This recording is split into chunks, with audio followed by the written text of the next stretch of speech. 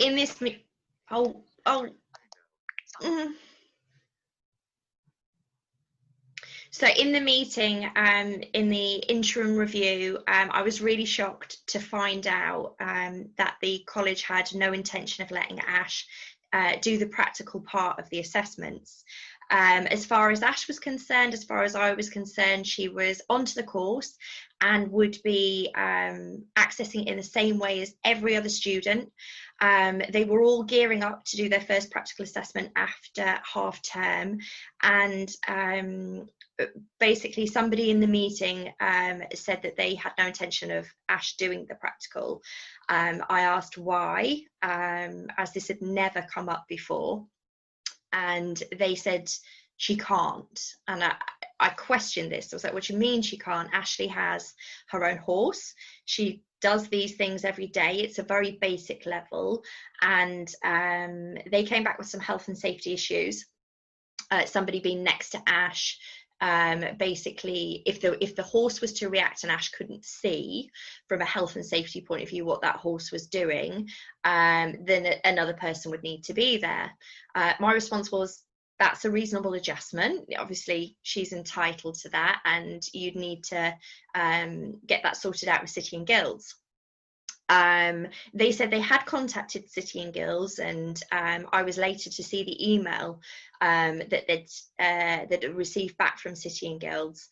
It was quite an emotional meeting. I felt quite blindsided. I had no idea that Ash wasn't going to be allowed to complete the course. It's quite patronising to allow somebody onto a course and yet not actually allow them to pass the course.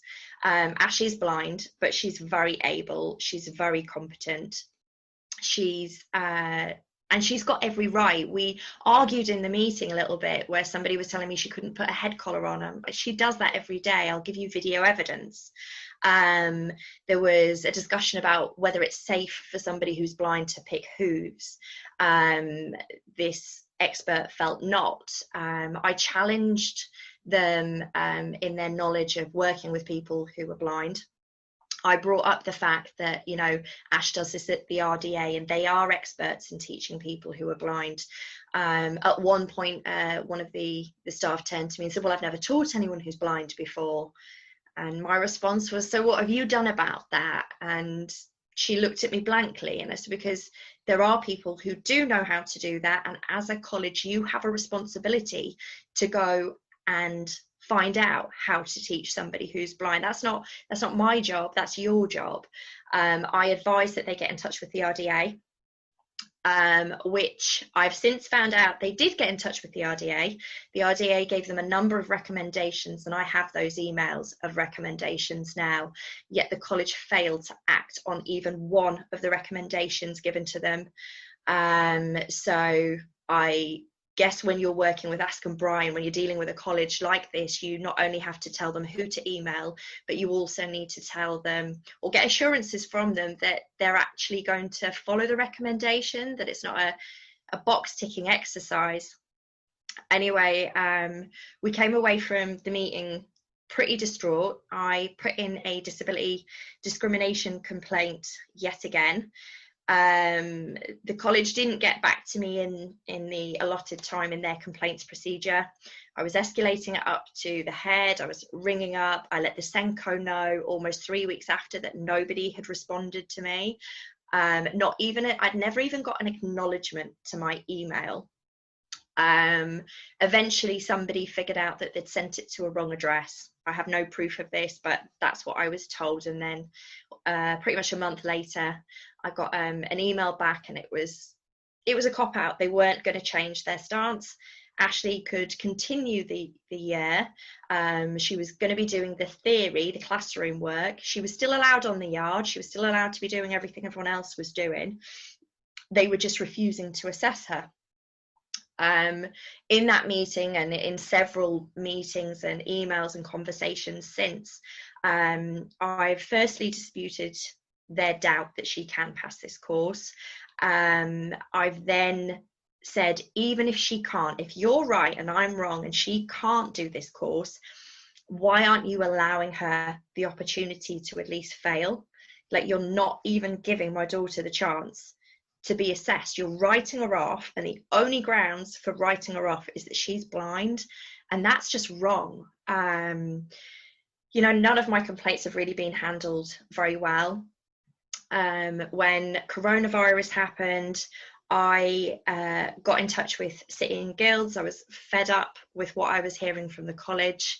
They'd said, oh, she can do the course again, repeat the course, and yet were saying they wouldn't say, yes, she can now do the practical assessment. So I'm like, you know, you've already had this girl spend a year of her life doing what she thought was a horse care course that she'd end up with a qualification. She's now spent that year and invested the same time that everybody else has, but she's not allowed the opportunity to get the qualification. So, you know, forgive me, I'm not going to be jumping for joy if you let her go through all that trauma again, because it has been traumatic for Ashley. They've chipped away at her confidence bit by bit. They're an educational provision. And when we talk about equality, that has to be where it starts. You know, when Ash is brought up by me and, you know, her family, and told you can do anything anybody else can, she has a certain mindset and a certain outlook, which has been completely undermined in this last year. You know, Ash has cried and said, why don't they want me because I'm blind? And, you know, she's shrunk, and it's just wrong. Right. It's just wrong. And you're just 1,000% correct, Rachel. I mean, look, to go back in the order that you said things, the truth is that I was raised in a very similar fashion. The belief that blind people can do anything. Well, it's philosophically, it's true. And having nothing to do with the situation, there are several things that are critically important. Number one, the fact is that there are limitations in life. Everybody has limitations to some degree. The other fact is that really what happens when you're a child, at least in America, is everyone seems to be nice to you, and then when you grow up, you discover what it really is when you're a child, people feel sorry for you, and when you grow up, people return to their discriminatory nature, which is precisely what this case is, and a clear-cut example of discrimination. It's just that simple. And the fact that I don't really know anything about horses. I mean, I've ridden several times over the years in different capacities, sure. That's, for me, that's beside the point. I can still tell that this is wrong. And anyone with 25%, you know, well, and anyone who has, you know, a tiny bit of heart, a tiny bit of courage, or maybe a tiny bit of brains should be able to tell that this is not acceptable. And I got to tell you, I'm shocked, and then I'm never shocked. I mean, the UK, at least with me, when I was studying there, from an American perspective, people in England are extremely aware of the way that others are treated, and go out of their way to do the right thing. So quite frankly, on one hand, I'm shocked that this is happening. And then on the other, with all the ignorant people we have in society, I'm sadly not shocked at all. It is quite bizarre and quite strange. So, yeah. I have to echo that, actually, what you said about the, you know, through childhood. I've definitely had a very positive experience at Ashley's high school. She right, because she was a child, right? So, yeah, my point, right? My social point that I'm making is, when you're a child in America, people feel sorry for you, so they act nice to you, but they really don't care. And then when you grow up, when you get into university, and when you get into the real world, then people just go back to being normal, which for the most part, the vast majority of people are discriminatory. And you only find a couple people who have the heart and the courage and the intellect to know that that's wrong. So it's, for Ash, for you, obviously it's a critical issue, but the other critical issue is that this is still a problem today. That's the really scary thing of all of this, that they're taking someone who loves horses and wants to work in some sort of a capacity. I don't know what the job would be, but there's some sort of a capacity with animals or horses, and then they're taking that person and saying, well, no, we just won't let you just because you're disabled. and Absolutely. and things like this have happened to me in the past. With a couple big things happened. I'm not going to mention them on the show right now. um, happy to tell you privately, and then you would be shocked, and you wouldn't be shocked.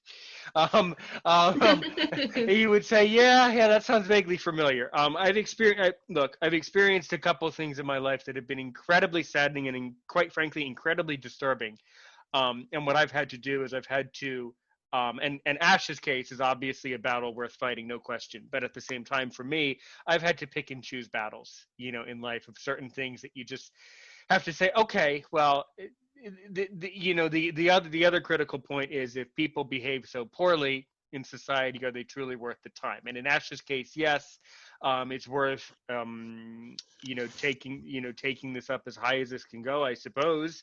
Um, but the sad reality is people who are this discriminatory, and when someone is this much of an ass, they aren't going to change. So Mm. it's like, yes, you're right, Rachel. Everything you're doing is 1,000% right, and it's going to help. And in the end, hopefully, it helps Ash. Would it help anyone else? Well, only, as people have said about my situation, only if the other people in the future have Rachel as their mother. Because the truth is, unless they have another Rachel, or another mother like you who's willing to go through all this effort, then they just keep discriminating. So, one step forward, two steps back, as I've said, and this is just an ongoing thing. Um, in the end, um, my mother can tell you a lot more about I a think lot more details that have nothing to do with this. But yeah, I mean, really, what? So, are you able, in England, with how the legal system is set up there? Are you able to? Do you have the option of reporting any of this to some sort of a civil judge, or someone in the civil judicial system of your country? To talk a little bit about that.